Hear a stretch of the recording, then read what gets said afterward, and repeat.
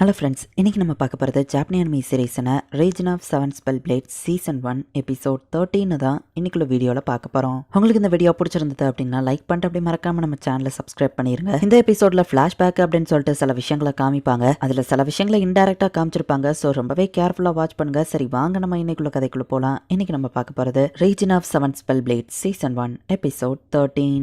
சால்வடோரி சின்ன பொண்ணா இருக்கும்போது பூவெல்லாம் போட்டு நாசம் பண்ணி மிதிச்சுட்டு இருக்கா. அந்த இடத்துக்கு ஒரு சின்ன பையன் வந்து நிக்கிறான். அண்ட் அது வேற யாரும் இல்ல, நம்ம கார்லோஸ் தான். பட் சால்வடோரி வந்து அவனை பார்த்து நீ யாரு அப்படின்னு சொல்லி கேட்கவும், ஜஸ்ட் உன் கூட ஃப்ரெண்ட் ஆகணும்னு வந்திருக்கிறவன், அவ்வளவுதான் அவன் சொல்றான். உன்னோட குழந்தைய தான் நான் அடுத்து பெத்து கொடுக்கணுமான்னு கேட்கவும், அப்பெல்லாம் இது போல நீ ஹாப்பியா இருக்கணும், அதான் என் ஆசை நம்ம சொல்லுவோம். ஆம்பளைங்க என் கிட்ட வந்தாலும் என் பெர்ஃபியூமை ரெசிஸ்ட் பண்ண முடியாதுன்னு சொல்லுவோம். கார்லோஸ் அவா கிட்ட போயிட்டு பாத்தியா எனக்கு எதுவும் ஆகலன்னு சொல்றான். என்ன சொல்றேன், நம்ம ஃப்ரெண்ட்ஸா இருக்கலாமா அப்படின்னு கார்லோஸ் கேட்டிருப்பான். அவன் நான் ஃபர்ஸ்ட் பார்க்க போனப்போ ஃபேமிலி டியூட்டிக்காக தான் போயிருந்தேன். எங்க 2 ஃபேமிலிக்கு ஒரு கான்ட்ராக்ட் இருந்துச்சு. பட் நம்மள மாரியா அவளுக்கோ சந்தோஷமா வாழ்றதுக்கான உரிமை இருக்கு அப்படின்னு கார்லோஸ் யோசிக்கிறான். மெலகன் இவங்களை கூட்டிட்டு செகண்ட் லேயர்ல நடந்து போயிட்டு இருக்கா. இந்த செகண்ட் ஃப்ளோர் தான் எனக்கு ரொம்ப ஃபேவரட் தெரியுமா. ரிலாக்ஸிங்காகவே நான் இங்க வாக்கிங் வருவேன். சரி ஒஃபிலியாவோட கைமராஸ் எப்ப வேணாலும் இங்க வரலாம், சீக்கிரம் வாங்க அப்படின்னு வா கூட்டிட்டு போறா. காய் கொடுத்த சீடை நம்ம ஹீரோ பிரிட்ஜ் மாதிரி யூஸ் பண்ணி அதுல இவங்க கிராஸ் பண்ணி போறாங்க. ஆனா நம்ம ஹீரோவை பிடிக்கிறா. பத்தாக்கு பசிக்குது, கண்டினியூஸா 5 மணி நேரம் வாக்கிங் பண்ணிருக்கோம், என்ன மன்னிச்சிருங்க அப்படின்னு மெலகன் சொல்றா. காய் கொடுத்து விட்டதை இவங்க சாப்பிடவும் மெலகனும் அதை சாப்பிட்டு பார்த்துட்டு ஹேங்கப்பா இவ்வளவு சூப்பரா இருக்கிற ஒரு விஷயத்த இருக்குன்னு என்கிட்ட மறைச்சிட்டீங்களே அப்படின்னு கேட்கவும், காய் தான் இதை செஞ்சான் மிஷலா சொல்றா. வா உங்க டீம்ல அவனுமே டேலண்டட் போலியன்னு கேட்கவும், அந்த சீடெல்லாம் கொடுத்ததும் அவன் தான் நம்ம ஹீரோ சொல்றான். உங்க டீம்ல இருக்கிற எல்லாருமே திறமசாலிங்க தான் போலியே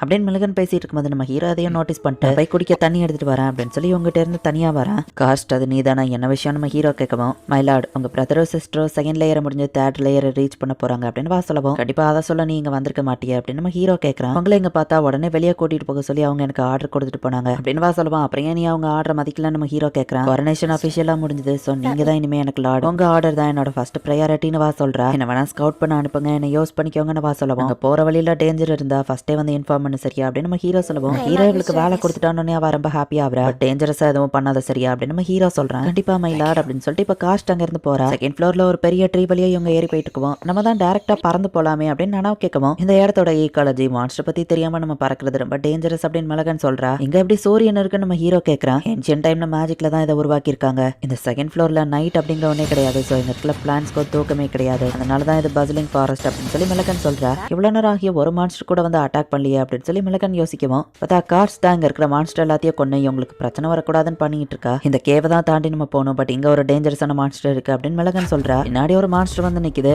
என்ன எதுவும் பிரச்சனையா வெஸ்ட் சைடா, உனக்கு அடிபட்டிருக்கா, நாங்க இந்த இடத்த தாண்டி போகணும் அப்படின்னு சொல்லி மெலகன் கேட்கறா. அது மெலகனை பார்த்து கத்தவும் அவளோட லெஃப்ட் ஐயாவா யூஸ் பண்றா. அவன் அந்த மான்ஸ்டர் கத்தின உடனே அவர ஆப்ஷன் இல்லைன்னு ஆத்தமேவா எடுக்கவும் எல்லாரும் ஃபைட்டுக்கு ரெடி ஆகுறாங்க. அப்ப நானாவ மட்டும் வெயிட் பண்ணு, எங்க ஃப்ரெண்ட் ஒருத்தன் ஆபத்துல இருக்கான், அவனை காப்பாத்த தான் நாங்க போய்கிட்டு இருக்கோம், நாங்க இங்க சண்டை போடுறதுக்காக வரல, சோ ப்ளீஸ் எங்களுக்கு வழி விடுறியா அப்படின்னு நனாவ் கேட்கறா. நனாவுக்கு எதுவாச்சும் ஆயிருமோ நம்ம ஹீரோ பயப்படுறான். பட் அந்த மான்ஸ்டர் அமைதியா அங்கிருந்து போய் படுத்துருது. நீ அதை எப்படி பண்ணான்னு மெலகன் கேட்கவும், நம்ம எமோஷன்ஸ் மானாவா ரிலீஸ் ஆகும், அதை மான்ஸ்டர்ஸால சென்ஸ் பண்ண முடியும், நம்ம காம ஒரு மான்ஸ்டர் கிட்ட போய் பேசினா அது எதுவும் பண்ணாதுன்னு கேட்டிதான் சொல்லி கொடுத்தான்னு சொல்லுவோம். அந்த மான்ஸ்டர் மூஞ்சிக்கு அவ்வளவு பக்கத்துல இருந்துட்டு உன்னால காமா இருக்க முடிஞ்சதா அப்படின்னு மிஷலா கேட்கறா. க்ரோப் என்ன இம்ப்ரெஸ் பண்ணிட்டே இருக்கீங்கன்னு மெலகன் சொல்லுவோம். அதுதான் ஸ்வாட் ரோசஸ் நம்ம ஹீரோ சொல்றான். ஸ்டேசியுமே இந்த ஃபாரஸ்ட்குள்ள ஒரு 4th இயரை கூட்டிட்டு வந்திருக்கா. ஸ்டேசி அவசரப்படாதன்னு வா சொல்லுவோம். லெனட் நம்ம ஃபாஸ்டா போய் ஆகணும், சின்ன விஷயத்துக்குலாம் பயப்படாத அப்படின்னு ஸ்டேசி சொல்றா. ஃபே போனா போறான், உனக்கு தான் வேற சர்வன்ட் கிடைப்பான்ல அப்படின்னு சொல்லி அவ சொல்லவும், ஃபேவோட இடத்துல வேற எந்த சர்வன்ட்டாலையும் இருக்க முடியாது அப்படின்னு ஸ்டேசி சொல்றா. மிஷல்லாவை தானே உனக்கு ரொம்ப பிடிக்கும், அவட்ட ஹெல்ப் கேட்டுக்கலாம்ல, எதுக்கு ஏன்ட்ட கேட்ட அப்படின்னு லெனட் சொல்லவும், என்ன சொன்னா அப்படின்னு ஸ்டேசி கோவப்படுவோம். ஒன்னும் இல்ல அப்படின்னு ஃபாலோ பண்ணி போறா. இப்போ இவங்க நின்னுட்டு இருக்கிற இடத்துல ஒரு கிராஸ் கோப்பர் மான்ஸ்டர் வந்து மனுஷி மான்ஸ்டர் தலையை அசால்ட்டா வெட்டி கொள்ளுது.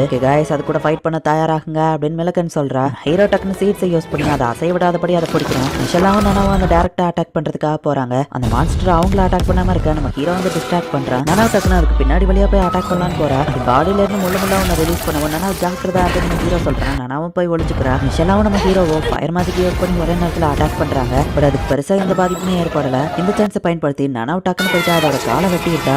உடனே அது ரீஜெனரேட் ஆயிருது. சோ இது காலை வெட்டியோ பிரயோஜனம் இல்ல, அதை வீக் ஸ்பாட்டை கண்டுபிடிச்சு தான் அட்டாக் பண்ணணும். நம்ம ஹீரோ சொல்றான். Fire magic, ice magic, electrical எல்லாத்தையும் வச்சு அட்டாக் பண்ணி பாக்குறாங்க. அதோட உடம்போட அடிப்பகுதி வீக்கா இருக்கு அப்படிங்கறத இவங்க கண்டுபிடிக்கிறாங்க. அதோட வீக்னஸ் நீங்க கண்டுபிடிச்சிட்டதுனால ஈஸியா அதை தோக்கடிச்சிடலான்னு தப்பு கணக்கு போடாதீங்க அப்படின்னு மெலகன் யோசிக்கிறா. நான் அதை ஃப்ரண்ட்ல இருந்து அட்டாக் பண்றேன், நனாவ் மிஷலா நீங்க 2 பேரும் சைட்ல இருந்து அட்டாக் பண்ணுங்க அப்படின்னு நம்ம ஹீரோ சொல்றேன். ஃப்ரண்ட்ல அதுக்கு அடியில இருக்கிற வீக் ஸ்பாட்ல போய் நம்ம ஹீரோ அட்டாக் பண்ணலாம் அப்படின்னு போறா. அப்போ திடீர்னு அந்த பாய்சன் ஏரிஸ் நம்ம ஹீரோ மேல இறக்கிட்டு மெலகன் காலத்துல இருந்தா சால்வடோரி கைமராசை ஈஸியா தோக்கடிக்க முடியாது, ஆலிவர் சாகமயிரு அப்படின்னு சொல்லி மெலகன் பயந்துட்டே போனா. என்னால இதை நம்பவே முடியல அப்படின்னு சொல்லி மிளகன் சிரிக்கிறா. பார்த்தா நம்ம ஹீரோக்கு எதுவுமே ஆகல. நான் எதிர்பார்த்த அட்டாக் தான் அப்படின்னு ஹீரோ அதை தடுத்திருக்கான். அது உடம்புக்குள்ள ஸ்வாட் இறக்கி நம்ம ஹீரோ ஐஸ் மேஜிக் யூஸ் பண்ணுவோம். ஈஸியா அதை தோக்கடிக்கிறாங்க. ஃபர்ஸ்ட் டைமே நீங்க ஈஸியா ஜெயிச்சிட்டீங்க. அதுலயும் என்னோட ஹெல்ப் உங்களுக்கு எங்கேயுமே தேவைப்படல. நீங்க ஆசம் அப்படின்னு மிளகன் சொல்றா. சோ இப்படியே வர வழியில இருக்கிற பெரிய மான்ஸ்டர் எல்லாத்து கூட இவங்க ஃபைட் பண்ணிட்டே போயிட்டு இருக்காங்க.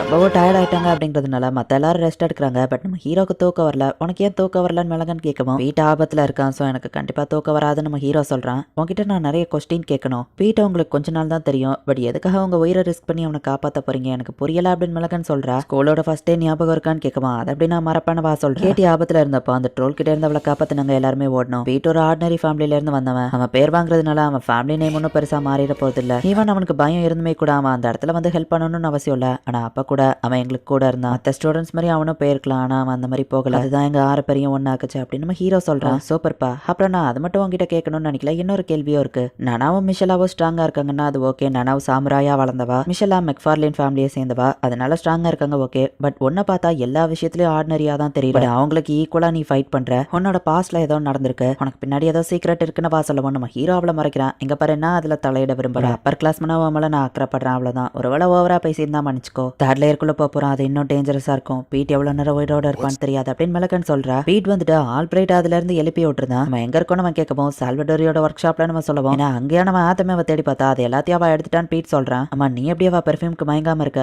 நீ ஒரு ரிவர்ஸியா நம்ம கேட்கவும் அது வந்து அப்படின்னு பீட் கட்டவும் வாய மூடு. மட்டும் ஒரு ரிவர்ஸின்னு அவ கண்டுபிடிச்சா உன்னை கொன்றுவா. நீ இங்க இருக்கிறது அவளுக்கு ஒரு பெரிய டிஸ்அட்வான்டேஜ். பட் அது நமக்கு அட்வான்டேஜா இருக்கும் அப்படின்னு அவன் வயிற்றுக்குள்ள கையை விட்டு இந்த 3 ஆறு ஒன்னு வெடிக்கும். இன்னொன்னு மயக்க மருந்து. இன்னொன்னு டிஸ்ட்ரஸ் சிக்னல். இதை யூஸ் பண்ணி இங்க இருந்து வெளியே போய் சிக்னலை கொடு. சால்வடோரி கண்டிப்பா வெளியே போவா. என்னால இங்க இருந்து வெளியே போக முடியாது. அது ஒன்னா இருக்கிற கண்டிஷனுக்கு. சோ நீ வெளியே போய் சிக்னலை கொடுத்தேன்னா அட்லீஸ்ட் சிச்சுவேஷன் கொஞ்சமாச்சும் மாறும் அப்படின்னு அவன் சொல்றான். அவன் பேர் என்ன அப்படின்னு ஆல்பிரைட் கேட்கவும் பீட் ரஸ்டின் அப்படின்னு அவன் சொல்றான். இந்த இடத்துல இந்த எபிசோட் முடியுது. சால்வடோரியோட ஒர்க் ஷாப் எங்க இருக்கு அப்படிங்கிறது யாருக்குமே தெரியாது. அதனாலதான் ஸ்டூடெண்ட் கவுன்சில் பிரசிடென்டான காட்ஃப்ரேக்கு கூட அந்த இடத்த தேடி வர்றது ரொம்பவே கஷ்டமா இருக்கு. பீட் ஒரு ரிவர்ஸியா அவன் ஒரு பொண்ணா இருக்கிறதுனால சால்வடோரியோட பெர்ஃபியூம்க்கு அவன் மயங்காம இருக்கிறான். ஒரு பக்கம் நம்ம ஹீரோ டீம், இன்னொரு பக்கம் ஸ்டூடெண்ட் கவுன்சில் ஏசியோ ஃபேவை காப்பாத்த வந்துட்டு இருக்கா. ஹீரோட பிரதர் அண்ட் சிஸ்டர்ஸும் வந்துட்டு இருக்காங்க. பீட்டோ உள்ள இருந்து எஸ்கேப் ஆக ட்ரை பண்ணிட்டு இருக்கான். என்ன நடக்க போகுது நெக்ஸ்ட் எபிசோட் பார்த்து தெரிஞ்சுக்கோங்க. தேங்க்யூ ஃபார் வாட்சிங். Bye guys. நெக்ஸ்ட் எபிசோட்ல மீட் பண்ணலாம்.